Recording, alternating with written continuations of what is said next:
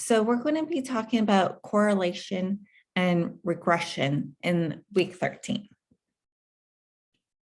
So we're essentially going to be looking at drawing a scatter plot for the set of ordered pairs, calculating the correlation coefficient. I'll show you a few ways on how to do this, calculating the equation of the line of regression, and calculating the coefficient of determination. So what is regression? So another area of inferential statistics involves determining whether a relationship exists between two or more numerical values, that is variables that are quantitative. For instance, there's a relationship between a person's blood pressure and his or her age, or is there a relationship between the size of a house and its appraised value? So this is a really important one, the house and value. This is an example of linear regression, the classical sense. So we're going to investigate it, whether there is a linear relationship between the variables. If so, what is the strength of the relationship? What type of relation does exist, and what predictions might be made from the relationship? So it's relationship. So here's some examples. So essentially, we're going to investigate a response Y, which is affected by various independent variables X. We use this information by X to predict the value of Y. And we looked at this before with bivariate data, sort of, but we're going to examine again the X and Y relationship. So examples of this, like let Y be a function, be the student's college achievement. And this is maybe perhaps a function of several variables like X1, X2, X3, and X4, where X1, X2, X3, X4 are the rank in high school class, the high school's overall rating, high school GPA, and SAT scores respectively. So we want to predict Y using knowledge of like these variables. Another example is Y is a function, is let Y be the monthly sales revenue for a company.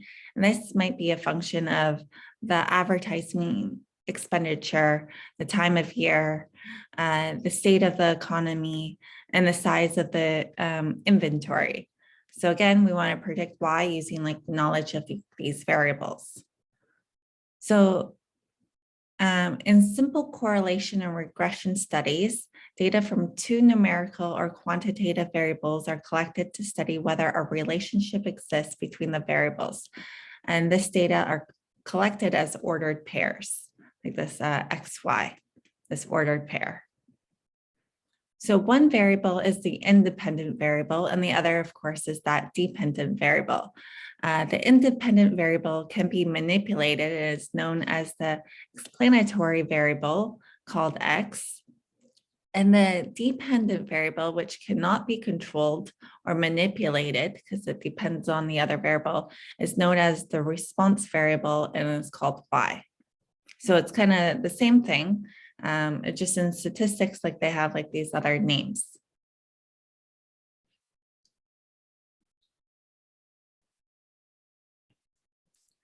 So the researcher decides which variable will be considered the independent variable, which will be the dependent variable. Sometimes one variable can be assumed to affect the result of the other. For instance, the hours a student studies for an exam is likely to have an impact on the percentage of correct answers on the exam. In this case, the hours studied would be the explanatory variable, and the percentage of correct answers would be that response variable. I'll just underline those words. However, when considering the relationship between one's income and one's height, it is not clear which should be the independent variable and which should be the dependent variable. So the determination is arbitrary. The independent and dependent variables can be plotted on this graph, of course, called the scatter plot. So a little quick sketch is this: you plot the points. This horizontal axis is labeled with the independent variable, usually our x. And our vertical axis is usually our y-axis, and that's usually the dependent variable, our y. And the coordinates of the axis are determined by the smallest to the largest data values of the variables. Of course, we have like, it's plotted on the numbers go to like infinity. So a scatter plot is just a graph of this ordered pair, x, y numbers, and just these x and y, consisting of this independent variable x, so again, independent, and the dependent. The scatter plot is just a visual way to describe the nature of the relationship between the independent and dependent variables, even if the scales are not the same. So we can rearrange the scales, so we'll do that.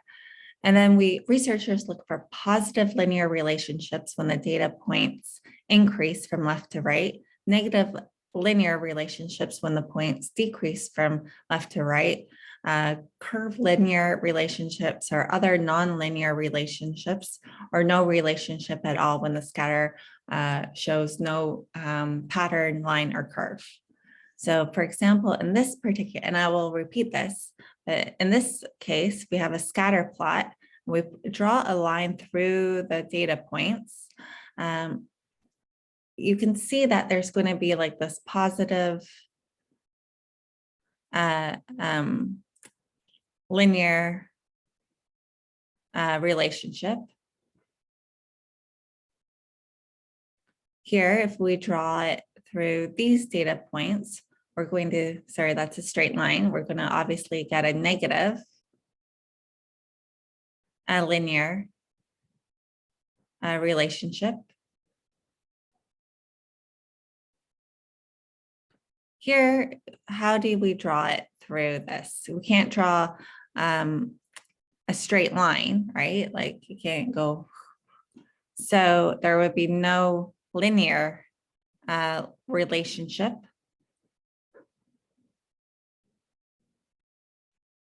And here again, we can't draw a line. So again, no relationship.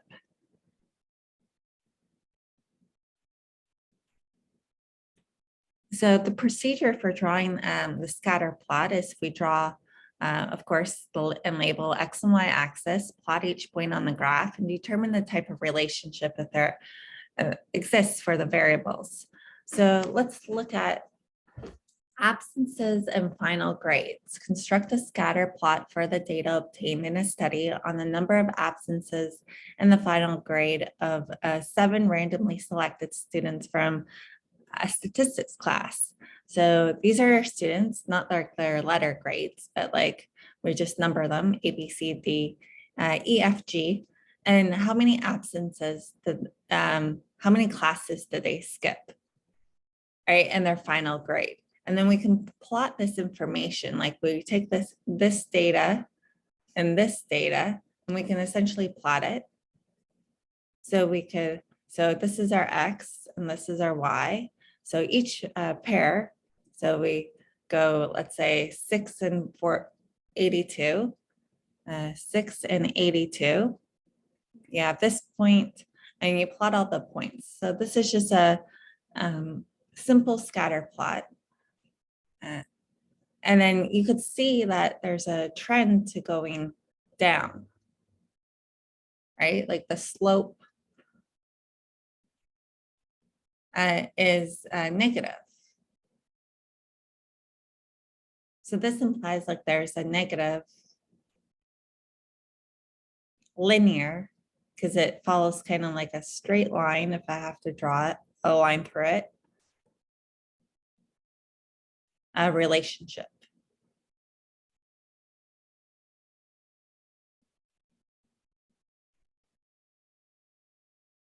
Another quick example is the number of teachers in thousands, the number of pupils per teacher.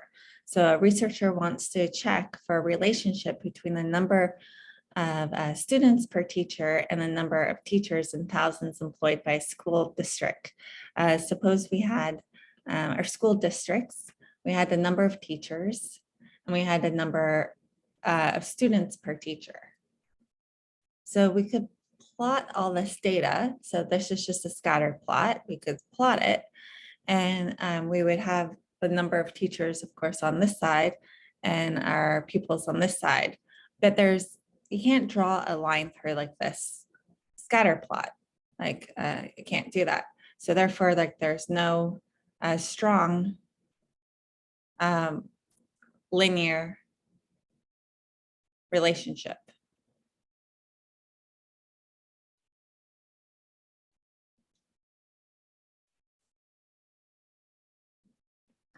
Another example, a random sample of 8 cities in a California wetlands gave the following information about phosphorus reduction in water drainage. So in this study, X is the random variable that represents phosphorus concentration at the inlet. So this is at the inlet. And Y is a random variable that represents total phosphorus concentration at the outlet. So outlet of the passive biotreatment facility. Make a scatter diagram for like this data. So we got our data, and so I just labeled it so we remember what it is: inlet, outlet. So we can draw our data. So we can plot our scatter point, our inlet, which is on our x-axis. We usually take x on this side and y on here, our outlet. And then we can, of course, if we wish, label it and put our units. So we just draw our scatter plot. I didn't start at 0, as you can see, because if you look at the data, it doesn't necessarily start. So you find like kind of like the minimum value on the X or the smaller and the minimum on the Y. So here we can start at about 5, 6, 7, 8. And here we can start about at 3 to 10. So no need to start at 0. So this is why we have a squiggly bracket and we plot our data. So you notice something about the relationship between X and Y in the scatter plot. So let's go back. So basically you notice as X increases, Y also increases, right? You could draw a line through this data. So as the value of X increases, the Y increases as well. So and it seems to follow a straight line. So roughly speaking, the general trend seems that it could be reasonably well represented by this upward sloping line segment that's going upwards. So let's see if we can add a line that describes the trend of the data. So you could add a line through these data points, kind of like centered in between the data points. We don't want to put the line up here or down here. You want to try to capture the same amount of data points above versus below the line, an average, and put a line that captures them the best. So of course, it's possible to draw many curves close to the points, but a straight line is the simplest and most widely used in elementary studies of paired data. So we can draw many lines, but in some sense, the best line should be the one that comes closest to each of the points of the scatter plot. To single out one line as the best fitting line, we must first find a mathematical criteria for this line and a formula for representing the line. So another problem is determining how well the points of the scatter diagram are suited for fitting any line.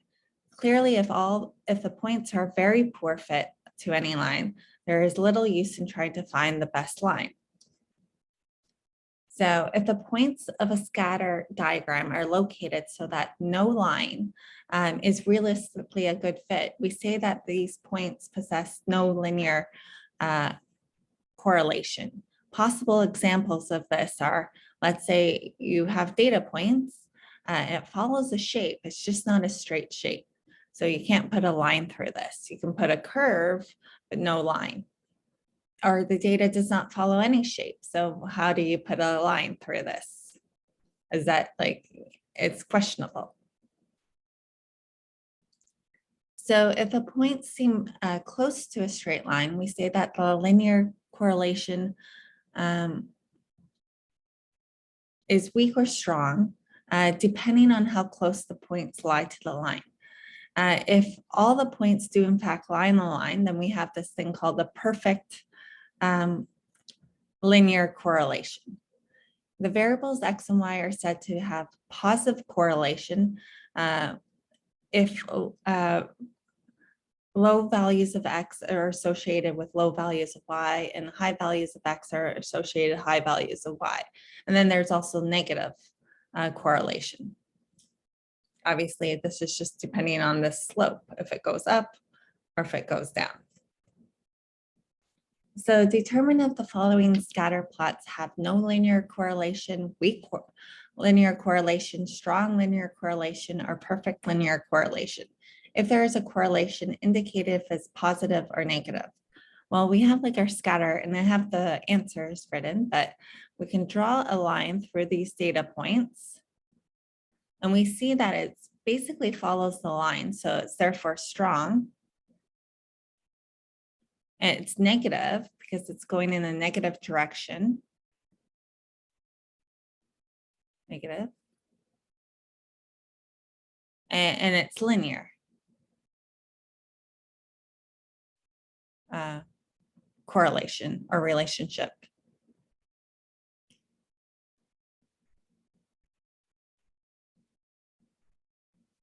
Here we see that it follows the line perfectly, basically, if I drew a straight line.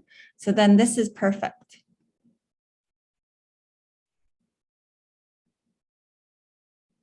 Positive, because it's going in the upwards direction.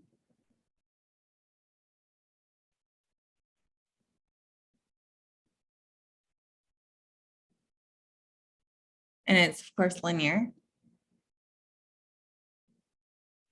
Relationship.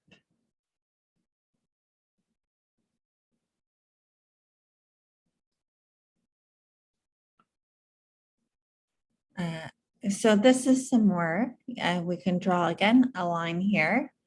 We see that is, of course, I'll just say strong. It's positive, and it's linear. Relationship. Here you can't draw any line through this. So there's no linear relationship or correlation. Here it's weak negative because you can draw a line, but it's going to be weak. It's n negative.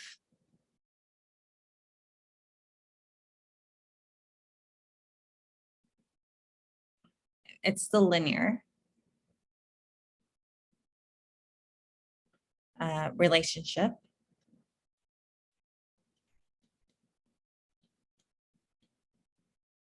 Here we can draw a line. It's weak. Like I said, it's positive. It's linear. Relationship. Correlation coefficient, section 3.2. So the correlation coefficient measures the strength of a relationship between two variables.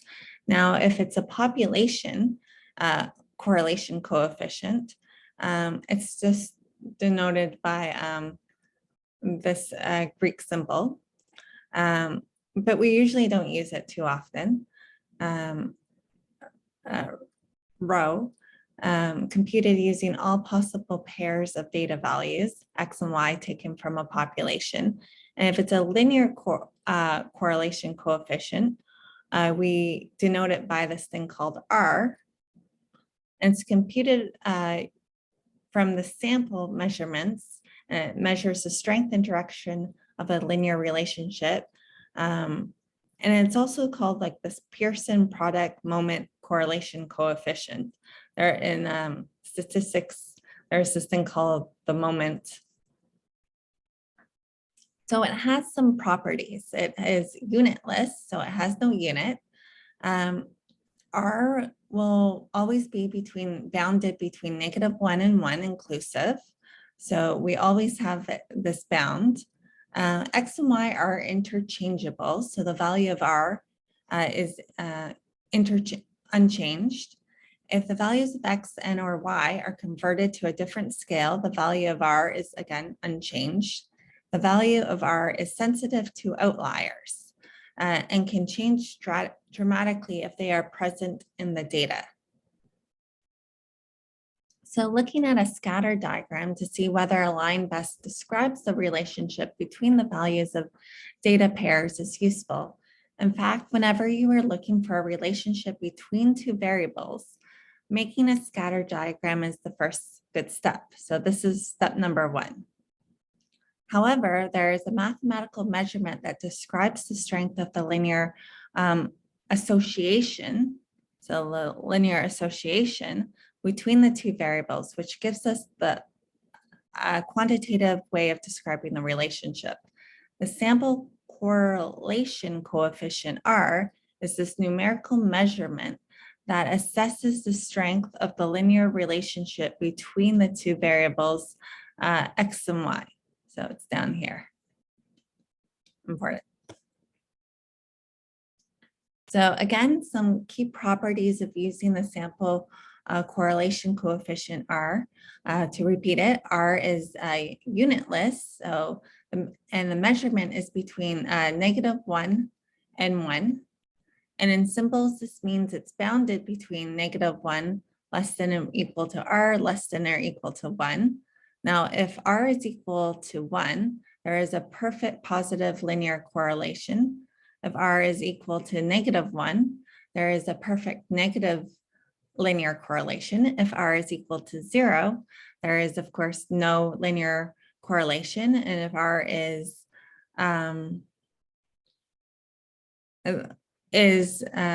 to 1 or close to 1, the better a line describes the relationship between the variables X and Y. So the closer it is to 1 or -1, it's going to describe it better, that relationship.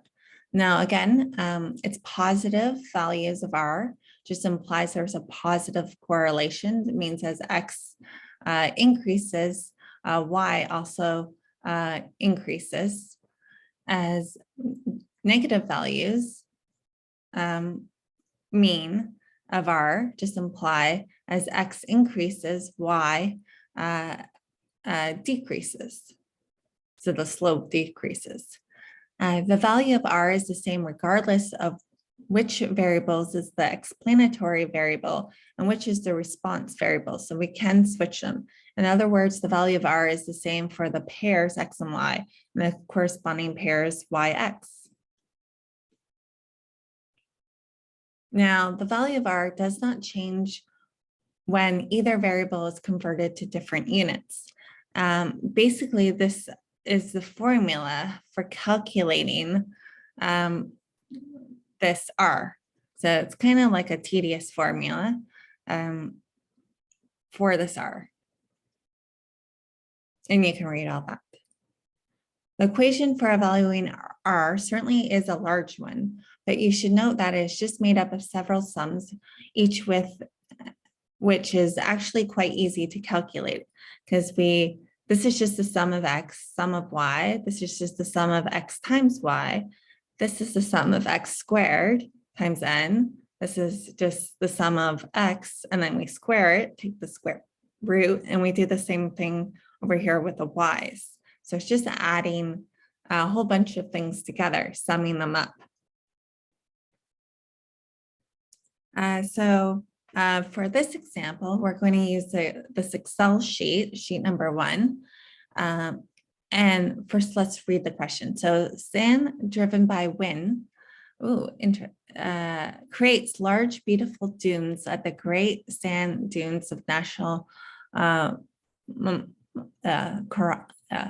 Momentum Corral.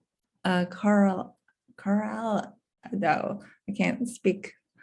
Of course, the same natural forces also create large dunes in the Great Sahara. And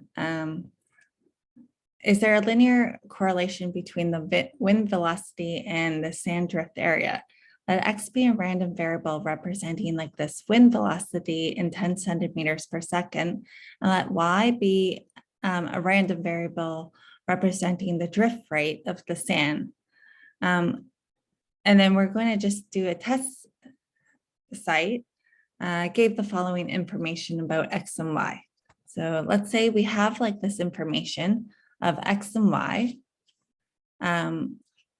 And we're going to see in Excel.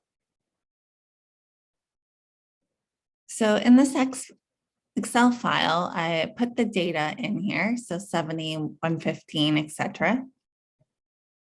And the same with the Ys. We can put the data in.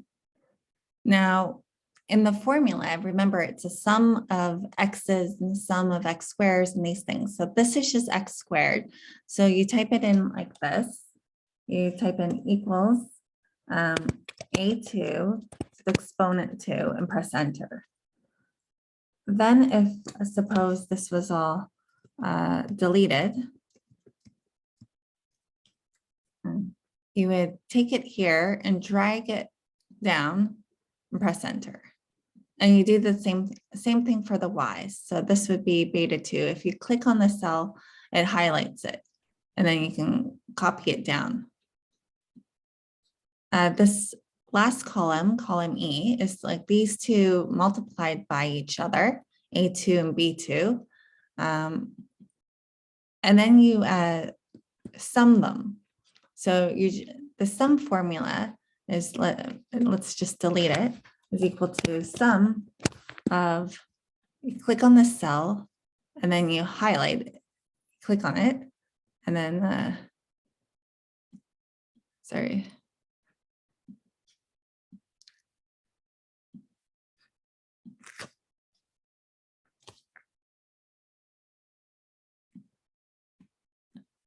I don't think I have it large enough. Click on it and then pull it down, scroll it, and then press enter. And you could also see that you would write A2 colon A8. Same with this one, you click the sum, here you click that sum, etc. So you can sum them all up in an easy way. Now, this is just typed in, but here in this cell, I actually created a formula for R. So I said like counts how many items are in like this array. So you can work through this times, and then it highlights the cell times this sum of the cell of X and Y minus the sum of this cell times this cell divided by the square root. Square root is SQRT times the count. So of C10 minus the sum of A10 squared times that square root of this next part, which is similar. So I created all that, you can play, but there's also an easier way. There's a function called corral that gives us the RR value. So all you do, let's erase it, is equal corral, and then it's array 1, comma, and then array 2, oops,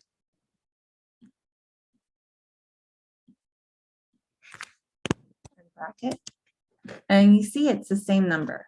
So instead of computing this like the long way, we can get like that same number just using like this function.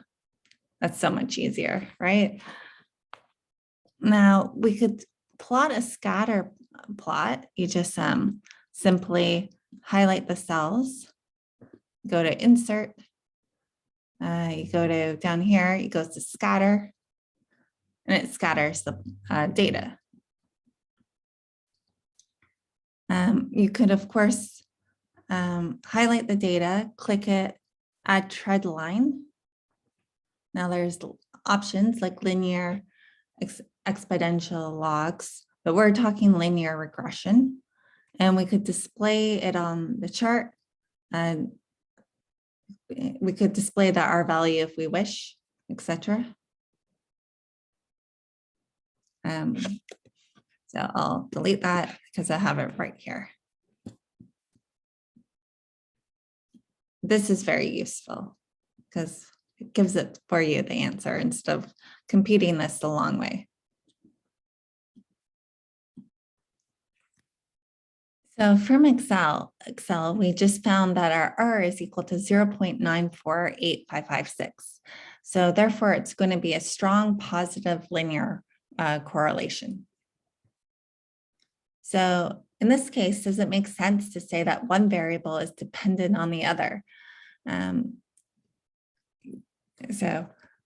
were we talking about?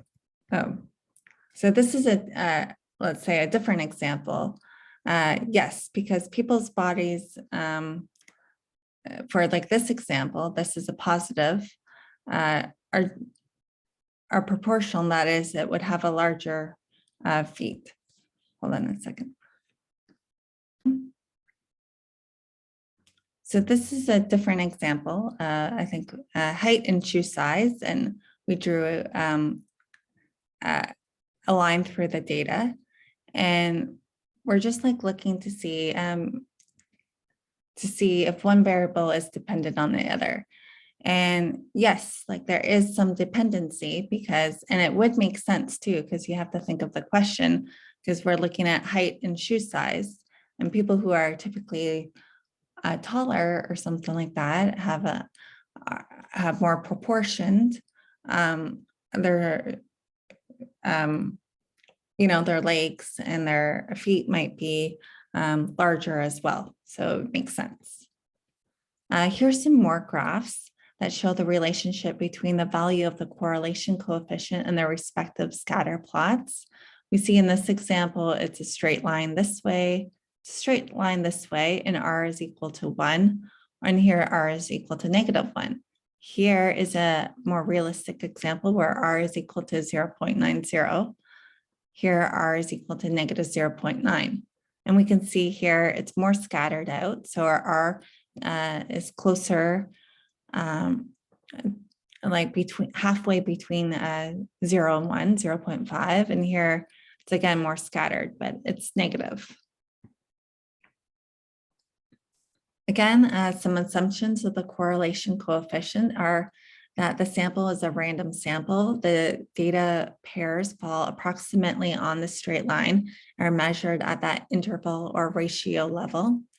The variables have this bivariate normal distribution, that is, given any specific value of X and Y, values are normally distributed, and given any specific value of Y, the X values are normally distributed. And there, you should always probably check like these assumptions are met when the exercise does not state that they hold. Again, this is that formula for R, where N is the number of data pairs rounded. And usually we could round R to 3 decimal places. So the procedure for finding them, which I kind of did it in Excel, but you could do this by hand if you wish, is to make a table of the X and Y and XY, X squared and Y squared values. And then we fill out the table. So we basically multiply X and Y in the columns to create X and Y, square each X value and place the squares in the X squared column, square each Y value and place the squares in the Y squared column, and then find the sum of each column, and then substitute those values into the formula to calculate your R. So we substitute everything back in to calculate this. So for example, like the absences and final grade example that we did, compute the linear correlation coefficient. So we already determined this data and have noticed the scatter plot has this negative slope for X and Y. So we multiply 6 times 82 is 492, 6 times 86 squared is 36, and so on. Then we're going to sum up each column. So you sum them all up. And then we plug it all in. So we see, okay, this is our 7, because there are 7 values, 1, 2, 3, 4, 5, 6, 7. So, whoops. So we have 7 values here. The sum of this value is here. Sum of this one is 57. This one is 511. And we can just basically compute all this. Remember to square it, take the square root.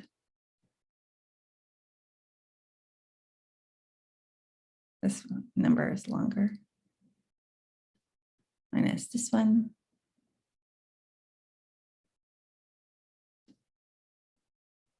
Oops. Etc. And then we can compute it.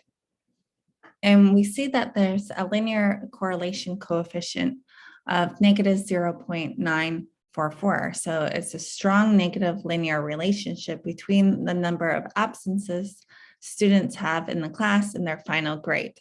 That is, more absences a student has, the lower the grade, the final grade will be. And that's typically true, actually. You notice students who miss class more do have a lower grades versus the students that come to class more. This is another example. So the number of teachers in thousands and the number of pupils per teacher. So we could compute all this. So we could put it into a chart, and then we could calculate all this out. So we could sum it up. So sum up each column, and then plug it in and calculate our R. Of course, you could also, if you wish, you could try like these last 2 examples using Excel and see, do you get the same number? Now there's this test of hypothesis. So I'll say for this last part, try these using Excel and see if you get the same number. And remember, there is that sheet uploaded. So all you have to do is type it in and see if you get the same number. So the test of hypothesis. So the correlation coefficient is usually between -1 and 1, where R is either close to -1 or 1. The linear relationship would be strong. When R is near 0, the relationship is weak or does not exist.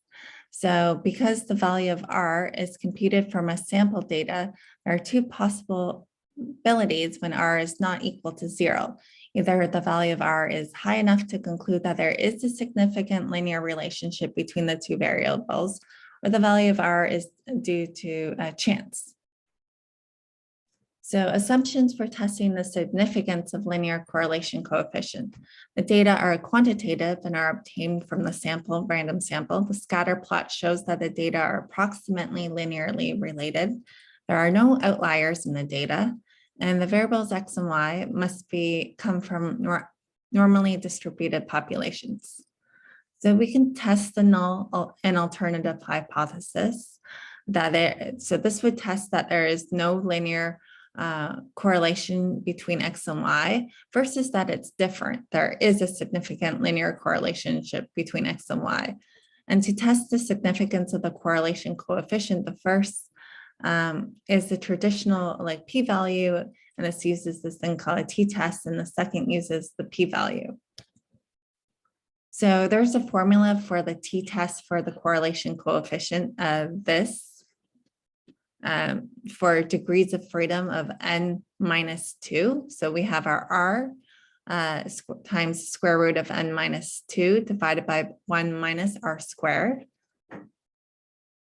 And it's the same thing as before. So we test that hypothesis, we find the critical values of t, we compute that test value and or p-value, we make a decision and we summarize the results. I said like last time, like this is the last time. So we could test the significance of the claim that there is a linear correlation between the absences and final grades. And we could provide alpha as, let's say, equal to 0.05. So before we found R is equal to negative 0.944 in that example. So we could test that it is equal to 0 versus the alternative that it changes. Now the degrees of freedom was going to be 7 minus 2 is 5. And we can calculate a t-value. We could like look this up in the table. And we could calculate our test statistic by plugging this all into this formula.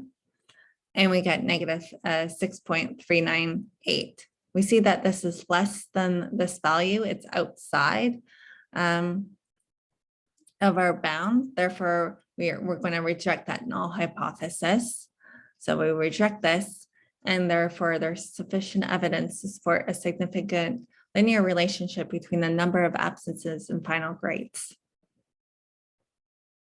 Again, for the number of pupils, the number of students per teacher, let's say the significance is at the alpha 0.02. We're checking to see if there's no linear correlation or there is a linear correlation.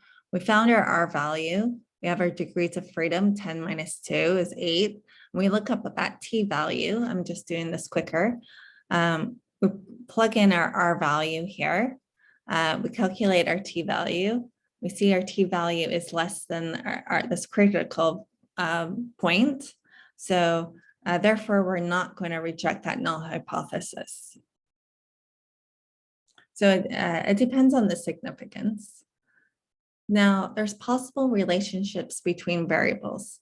So when the null hypothesis has been rejected for a specific alpha value, any of the following possibilities can exist. There is a direct cause and effect relationship is possible between the variables, that is X causes Y, so that's a possibility. For example, when water causes plants to grow, or poison, of course, causes death, and heat causes ice to melt. There's a direct cause. There is also this thing called the reverse cause and effect relationship between the variables. That is Y causes X. For example, a researcher may believe that excess coffee consumptions cause nervousness, but it might be just that a nervous person craves coffee to calm his or her nerves. Sometimes you're a bit nervous, there's a test, so you want coffee. I don't know. The relationship between the variables may be caused by a third variable. For example, if a statistician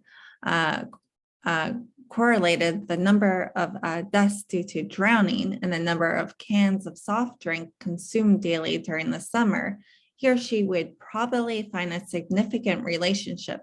However, the soft drink is not necessarily responsible for the deaths, since both variables may be related to heat and humidity. So they're related to this thing called temperature. So the third variable is a variable that is the researcher does not know about, or that is accounted for in the study. And this is called this thing called a lurking variable. And I'll show you in interesting examples. There may be a complexity of relationships among many variables. For example, a researcher may find a significant relationship between students' high school grades and college grades, but there are probably many other variables involved, such as the IQ of the student, hours of study, influence of parents, motivation, right, age, and the instructors. The relationship also might be coincidental. For example, a researcher may be able to find a significant relationship between the number of people who are exercising and increase in the number of people who are committing crimes. But common sense would dictate that any relationship between these two values must be due to coincidence. So we have to use common sense that they might be due to just a coincidence. So this is like the important top part, idea here.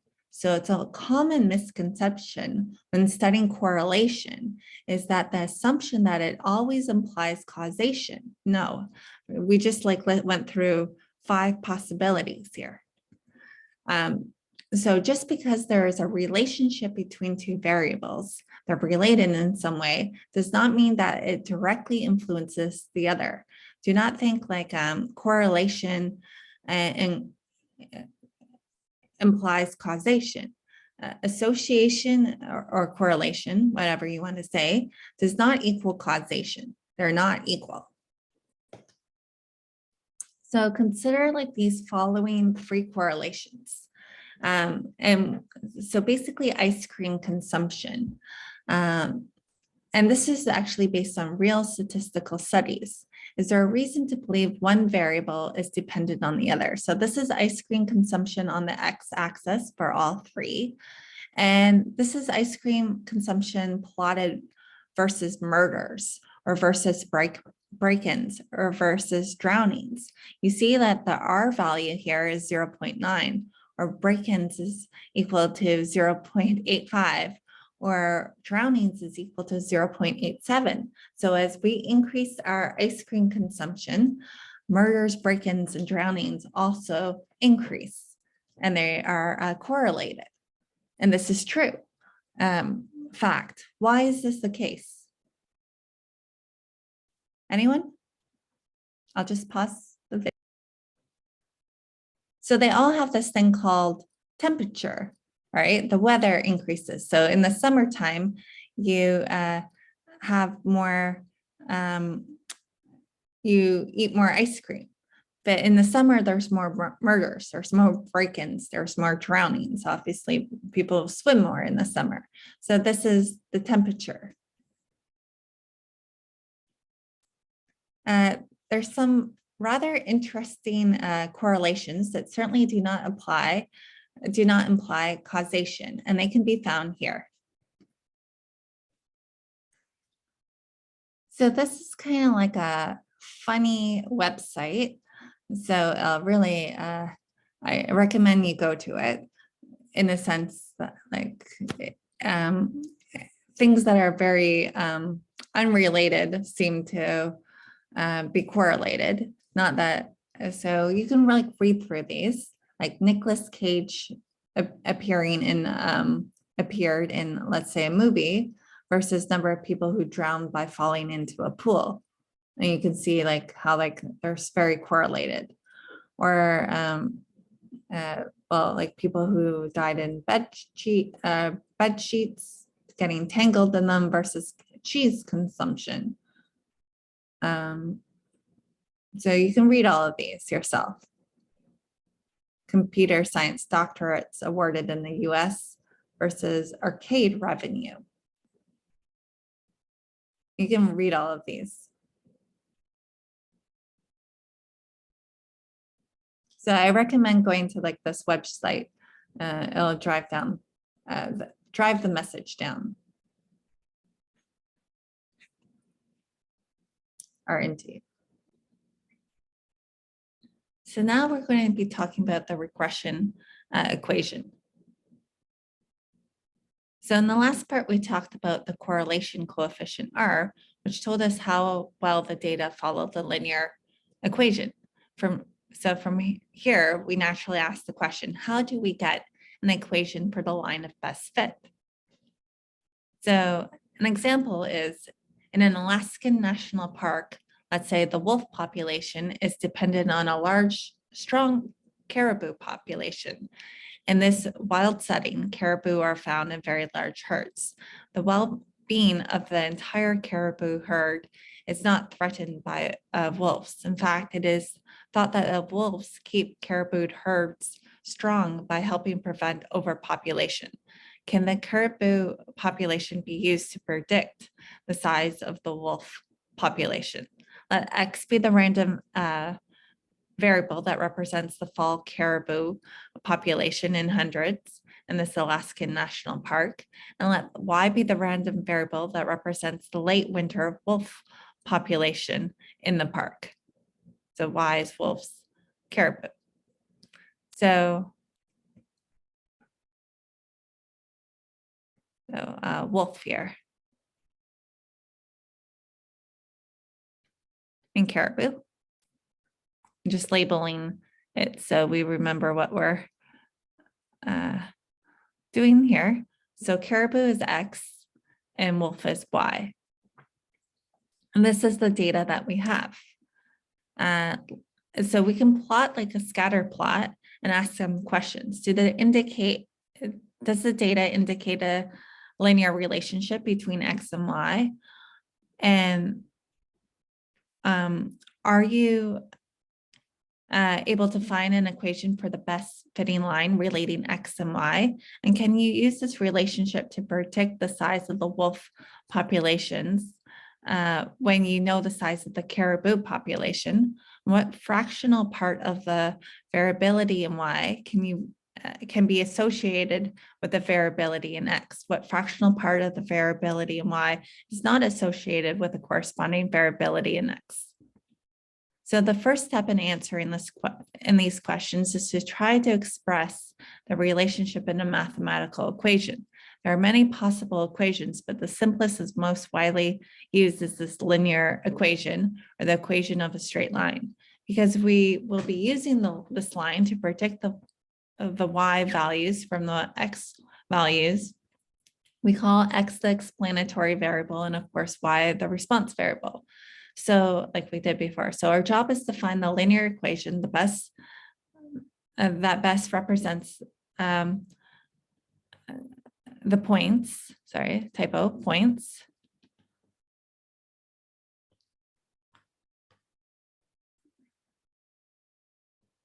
So can you find like this linear line that best represents the points of the scatter diagram? So we can draw it again. So for our criteria of the best fitting line, we use this thing called the least squares criterion, which states that the line we fit to the data points must be such that the sum of the squares of the vertical distances from the points to the line be made as small as possible. So this means if we draw a line through the data points and we take these vertical distances from this point to these points, let's call it D or whatever. So we have our line here. We call it Y hat to model the line.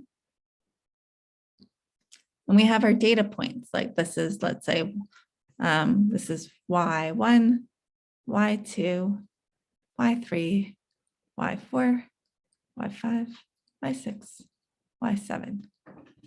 So we want to take the distance from like these Yi's minus this Y hat, and we want to make it as small as possible. So this D, we could call it D, doesn't matter, represents the distance between this Y coordinate, like these Y coordinates,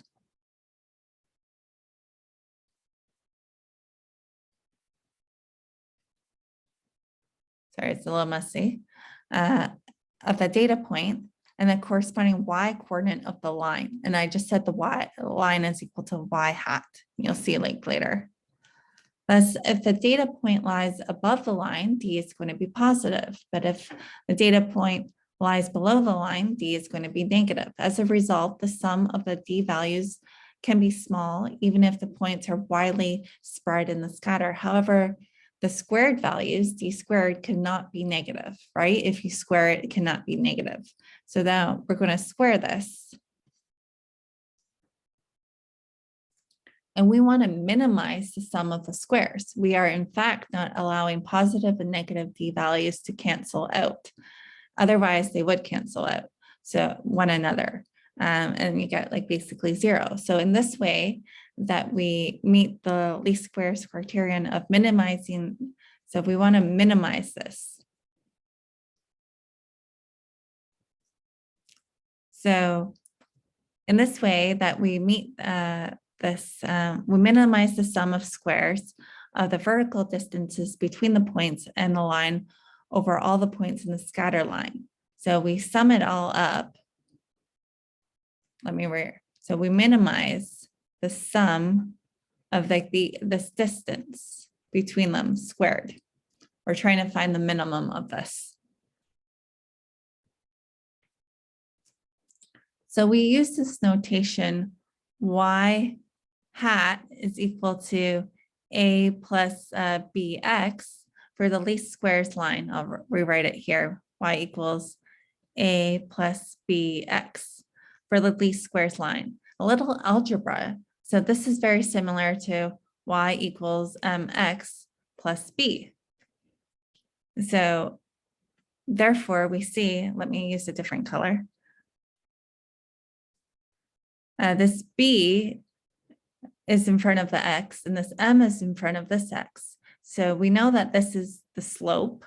So b here is going to be the slope. And different color. And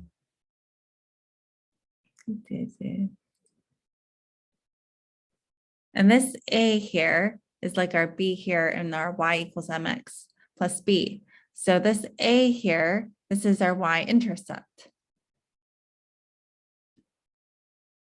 And this concept, and I know this y hat represents the value of the response variable, y, estimated using the least squares line, and a given value of this explanatory variable x. So this is basically our model line. When you see a hat over it, it means our model line. There are other ways too. Sometimes you see more advanced than a plus bx. You might see beta naught plus beta 1 x and like little hats over above it. And you can even have you don't need to know what I'm just writing. More advanced fits too. Or it doesn't have, depending on your situation. Now, techniques of calculus can be applied to show that A and B may be computed using this following procedure. You can actually, if you've taken calculus before, if you haven't, it's okay. You don't have to have taken calculus, but you do this thing in calculus and you can actually prove this equation. This is kind of like complex here, but you can find, it's just going to be the sums of x's and y's and x squares and y squares and x times y. And we compute all these. And so you can find b, the slope, and you can find a, the intersection, by like these formulas. And then once you have a and you have b, then you can find your model fit is just y hat is equal to a plus bx, where we found our a and we found our b. That's it. So let's find the least squares equation relating the variables x, the size of caribou populations in hundreds, and y, the size of our wolf population, and use x as the explanatory variable and y as the response variable. So let's go to Excel. Recording. So again, just put in the data for x and y into Excel. You just type it in. And then for here, again, you just square it. You can, and this I provided for you, like this Excel is uploaded into DC Connect, and it's called Regression. Like I made this. You have y and you have x and y multiplied by together. So, and then we just sum them up of like those columns. And then we can calculate x bar if we wish. It's just going to be the cell in A10 divided by the count. And the count, if you check, like what is this count function? Like, it just counts how many numbers are in that cell, so which is 7. So you can figure that out. And then there's y bar. Now you could calculate b using this formula, which I typed in for you if you want to like kind of analyze of how to type it into Excel. And I also calculated a for you using this formula of y bar And if you click on it, it highlights the cells for you. So Y bar is this blue minus B is the red, times the purple. So I'll do that for you. And you can replicate this. Now Excel actually has another way of calculating A and B besides using the formula, because B is the slope. So what you do is you put in the function, the slope, but you have to put in the Y value first and then the X value. So just note that. So Y value first, then the X value. So just make that little note. And for A, there's actually a function to calculate A. Again, you have to put in, it's called intercept, and you have to put in your Y values first and then your X values. Kind of strange. Okay. Now, so that's one way is first typing it in and like calculating it using like this formula. Another way is just using the slope and interception to calculate A and B. Now, another way, of course, is to highlight the data, go to Insert, go to Scatter Plot, click the data. You can label it too. So there's up here, there's axis, titles and whatever, but you should title it. A trend line, again, linear. Down here is display equation on the line and display R value. So you could see that. I'll delete this one because I already did it over here. So our A is going to be 22.36, which is what we got over here. And our B value is 1.5993, which is what we got here, which is also what we got here. So that's 3 ways of actually calculating A and B, is 1 by the equation, 2 by using just like these formulas, and the 3rd way is by like plotting it and having Excel calculate Y equals like our what is it? Our formula, our A plus BX. Now you can also calculate R squared on here, and I'll mention what that means in a moment. So we see from using Excel, we calculated our B, we calculated our A, and we calculate our Y hat is equal to A plus BX. So now we have our model, our line, a best fit.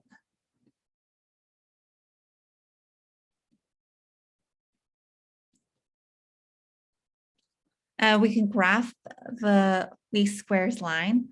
We have several options available. The slope-intercept method of algebra is probably the quickest, but may not always be convenient if the intersection is not within the range of the sample data. It's just as easy to select 2 X values in the range of the X data values and then use the least squares line to compute 2 corresponding values. In fact, we already have the coordinates of 1 point of the least square, so we calculate the averages of X bar and Y bar.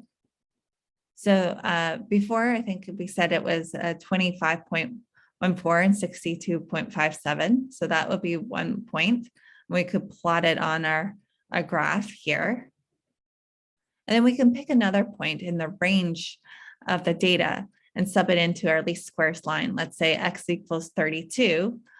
Sub it into our line and we get 73.54. And then we place these 2 points on the line, and then we basically connect it with a straight line, and it goes through those data points. So this is our line of best fit. In the equation Y hat equals A plus BX, the slope B tells us how many units this line changes for each unit change in X. So for our example regarding the size of the wolf and caribou populations, Y hat is equal to 22.35 plus 1.60x. And the slope of 1.6 tells us if the number of caribou in hundreds changes by 100. Then we expect this, the wolf population to change by 1.6. So it's kind of like the slope. Some points in the data set have a strong influence on the equation of the least squares. So sometimes we have an influential kind of point.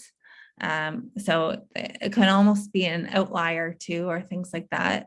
So an influential data pair, like this is obviously a point X and Y is a data pair, is influential if removing this data point, suppose we remove it, it changes this equation.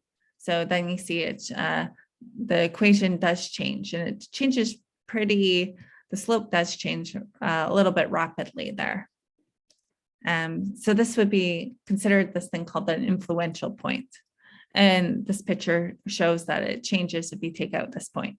Outliers and things like that are usually influential. Notice that the equations for the least square lines are quite different between those two examples. If a data set has an influential point, look at the influential point carefully to make sure it is not the result of a data collection error or a data recording error. A valid influential point affects the equation of the least squares line. So this is a bit repetitious. So we compute the equation of the regression line. If the value of the correlation coefficient is significant, then we determine the equation of the regression line, and the line that fits, and it depends on if there is significance, the line best. The purpose of this regression line is to make it possible to see the trend, make predictions on the basis of the data. If it's not significant, the predictions are meaningless. So again, it's just the line of best fit. The line of best fit is the line for which the sum of the squares of the vertical lines are minimized. So we just minimize what I just said.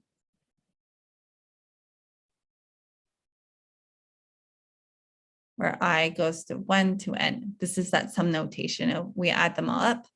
And this difference between the actual value of y and the predicted value of y is called this thing called the residual, or the predicted error. And these residuals are used to calculate the line of best fit. So that sometimes this is called the residual. This line of best fit is used to predict the values of y for specific values of x. The closer the points are to the line, the better the fit and the better the predictions are. When R is positive, the slope of the line best fit is positive. When R is negative, the slope of the best line is negative. So this is, again, that distance that we talked about, which we mentioned. And this shows the difference of the these differences or these residuals. Again, we have our solution for A, or solution formula for A, and for B for this line, which we just talked about. And this is just a summary of the procedure to do this. We put in X and Y, we multiply them, we sum them up. So for absences and final grades, we calculate all this like we did before when we sum it up, and we calculate our R like we did before, and we can calculate our A and B by just using the formulas and summing them up. And then we have our line of best fit, which is just going to be our A plus our BX. Of course, we have to carefully compute this. So for guidelines for making these predictions, the points of the scatter plot fit the linear regression line reasonably well. The value of R is significant. The value of the specific X is not much beyond the observed values of X in the original data. And if R is not significant, the best predicted value for the specific X value is actually the mean of the Y values in the original data. Again, these are just assumptions. I kind of quickly mentioned it, but the sample is random. For a specific value of the independent variable X, the value of the dependent variable Y must be normally distributed about the regression. The standard deviation of the dependent variables must be the same for each value of the independent variable. So like these are all like normally kind of like distributed, just so you remember. Forest fires and acres burned. So the number of fires and the number of acres burned are as follows. So we have fires and acres burned, and like this data is the number of fires related to the acres burn, and draw a scatter plot and find the correlation coefficient and determine when X equals 60 fires, what happens in that case, how many acres actually burn. And this is actually like an interesting topic, forest fire management, and like what happens in because in Canada we have a lot of forests, which we're fortunate to have and lucky to have. So what happens, and sometimes like there's fires that occur, finding the probabilities of fires occurring in forests. It's a whole, you could do a PhD topic in this. So we would do the scatter plot, and we can draw a line through it. And I can like leave you to check to see if you have this. But so we have our data points, we multiply it all together, and we sum them all up respectively. Then we can calculate our R, we could calculate our A and B. And you can check like these numbers just by like summing them up, and you should be able to read it. And we can calculate our Y hat.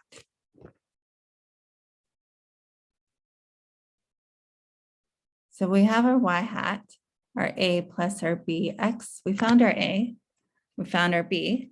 So this is just going to be negative 31.46 plus 1.036x. So there should be an X there.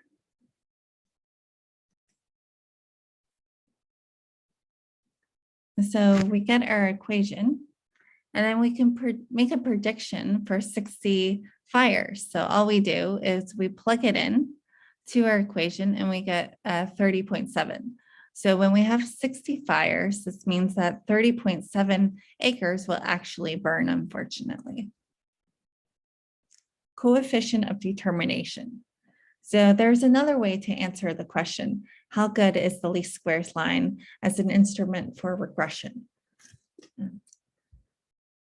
So the coefficient of determination is this thing called R squared. So let me underline that. And this is just basically R. We take our R that we just found, and then we just square it. That's it, right? That's not too bad. So to find the coefficient of determination, R squared, just follow the procedure to find R and just square it. The coefficient of determination of R squared is just a measure of the proportion of the variation in Y that is explained by the regression line using X as the explanatory variable. So if R is equal to 0.90, R squared is equal to 0.81, and that's the coefficient of determination. So what it means is that we say about 81% of the variation behavior of the Y variable can be explained by the corresponding variation behavior of the X variable. If we use the equation of the least squares line, the remaining 19% of the variation behavior of the Y variable is due to random chance or the possibility of lurking variables that influence Y. So we can revisit like this Excel example. When I added the line here, I also right below it, I added R squared.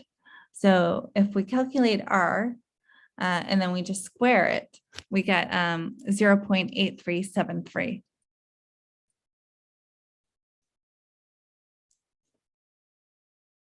So we can easily like plot it, and Excel will give this to us. So there's also residual plots. So remember, they are equal to Y minus Y bar is basically the difference between like the data point minus the fitted model or slash model value data point. So the actual data point, this is equal to the residuals. And they can also be called prediction errors. So when the values are plotted with the X values, the plot called this residual plot can be used to determine how well the regression line can be used to make predictions. So we use this plot to determine if the residuals form any pattern and if the residuals are more or less evenly distributed about the line. Then the relationship between X and Y is linear and the regression line can be used to make these predictions. So what I just previously said, this residual error is just basically that leftover variation in each data point after the variation explained by the regression model has been removed. So the data is going to be equal to this fit, this model fit, plus the residual, this leftover part. And we can rearrange for this equation. So the residual is equal to that data point minus the model fit. And the model is equal to A plus BX. So we're just substitute it. And of course, we have like these assumptions that they are normal with this mean and this variance. And it's helpful in evaluating how well a linear model fits a data set. So the absences and final grades. So we have X and we have the residuals plotted on this side. So the residuals, so we have our X values here and our residuals here, and they are equal to our data point minus that model fit. And they're plotted with respect, and you see that they're not evenly distributed about the line. They're above this particular line. So this plot shows that the predictions are not very suitable, actually. However, the small sample size makes the data questionable for making predictions. And here's some more examples. Like, let's say you have like this data and you put the line right through the data points, and you see the difference here and here.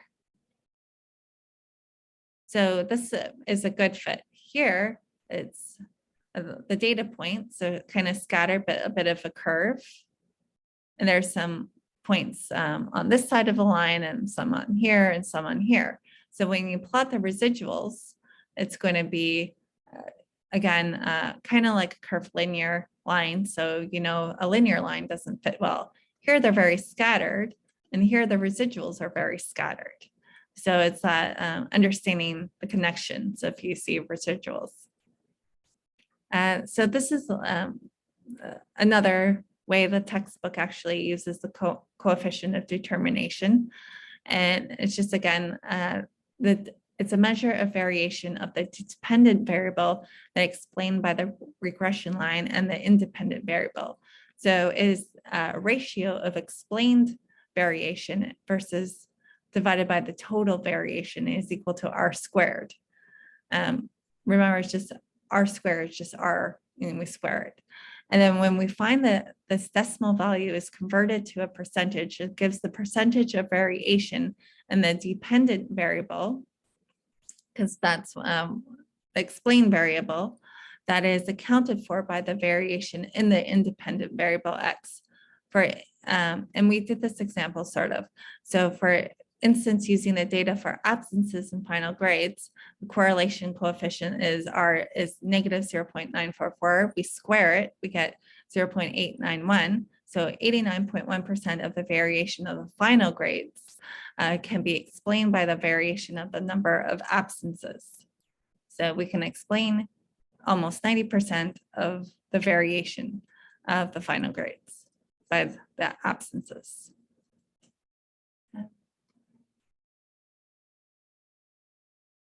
So our last section here is going to be about interpolation and extrapolation. So a regression could be a very powerful tool that allows us to make predictions about data that we may not have sampled. And interpolation is when we use regression to make an estimate about data that falls within our sampled range. Now, there's domain and range. Domain is basically the X values and range is those Y values. Extrapolation is when we use regression to make an estimate about data that falls outside our sample range, so outside of those Y values. So the reason for this distinction between the two is because our least squares line is created from a sample only. It is important to note the potential difference between our sample and the entire population. When we use the sample to make claims about values consistent with our sample, there is usually a higher level of validity than when we use our sample to make claims about the entire population.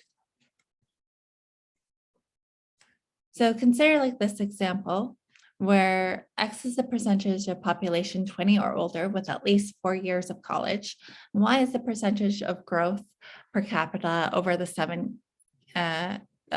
per capita income over the past 7 years. A random sample of 6 communities in Australia gave the following information. So we have this information. Performing a linear regression on this data tells us the least squares line is this. And suppose we obtain our least squares line. Now use the least squares line to estimate the percentage of growth in per capita income over the 7 years for a community where 12.2% of the population over 25 having at least 4 years of college. So we have our X is 12.2%, and we're trying to find our Y. So all we do is we plug this in to our best fitting line, which is, we could call it Y hat here. And we find it's 41.29. Okay. Now, what's your answer here? Is it interpolation or extrapolation? Well, if we go back to the question, our data range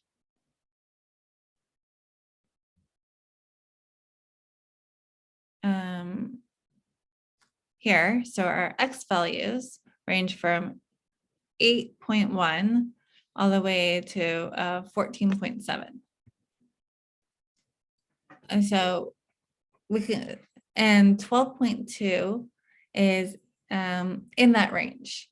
And since this is in our range of our values that we're going, our X values, then we say that our sample is its interpolation. Now use the least squares line to estimate the percentage of the population over 25 having at least 4 years of college in a community where there is 57.3% of growth in per capita income over the last 7 years. So here we have 4 years of college. So this part is given. So Y is equal to 57.3, and we're looking for our X. So we know our line, we know 57.3 is our Y, and we are solving for X. So then we just rearrange this, we bring this to this side, and we get X is equal to 18.47. So is this answer where X here is 18.47, is that interpolation or extrapolation? So our Y value was 57.3. So what was our range for that? So our range, so our lowest value was 26.5, and it goes up to 43. Oh no, 47. Okay, 47. So this is the largest and this is the smallest. And we use 57.3. So that did not fall in our range in this specific case. So this is outside the range of our sample. So therefore, this is extrapolation. So there's a danger. So when using the least squares line or any regression formula, for that matter, to extrapolate information, you have to be very careful of the limitations of our formula. For example, consider the scatter plot on the next page that shows the number of infected individuals of a disease spreads among the population for the first 10 days. And it's here. So this is the disease spread, so days since the outbreak, and the number of infected individuals. We can use this line of least squares, so the best fitting line, to predict the number of infected individuals 9 days later. So like here, and plot it on this chart. If we do this, if we try to predict this, you plot it, plug in 9 into this, this linear line, you get 36.302. So somewhere in here. And this would be, of course, interpolation, because it's within this data range. Okay, what about use it to predict about 19 days and plot it on the chart? So if it's 19 days, it's out here. Let's say this is our 19. And we plot it on the chart. So we plug in 19, we calculate it, it's 91.452. So it's somewhere in here is our value. Now this is outside of our data range. So this is going to be extrapolation. Now the dangers here, below is the actual data for the spread of the disease over the first 20 days. So, and a regression line for an exponential equation is given. So this is exponential growth. Let me write that down.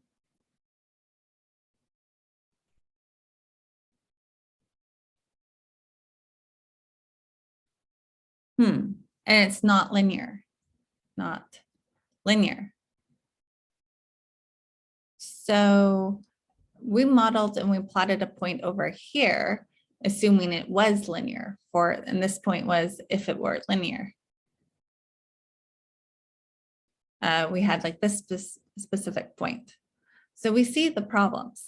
So if we plot your estimate for the number of infected after 9 and 19 days on the graph as well, do you think your estimate is still a very good one? It's good for points found by interpolation, but it's not good for all points from extrapolation. So we can draw some conclusions. Interpolation is reliable since it deals with within known parameters.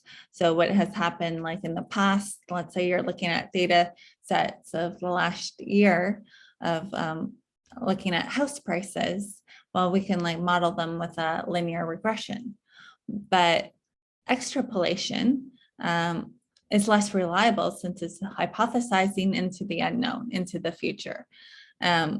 Back to this example, disease and bacteria growth, we know that it's actually exponentially modeled. It's modeled something like A times exponential function to an exponent, like let's say B times, let's say time, which is, so it's going to grow like that. So you would not want to like model bacteria growth with a linear function. That would be bad, right?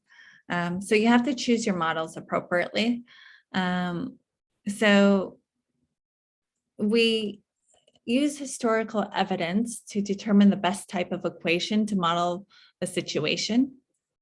So it's well established that uninhibited disease spreads like follow this exponential curve, hence why it does not make sense to use a linear regression to model that situation. So it's just about being careful which model you choose. this is the end. So just make a little note of the lecture. So the end.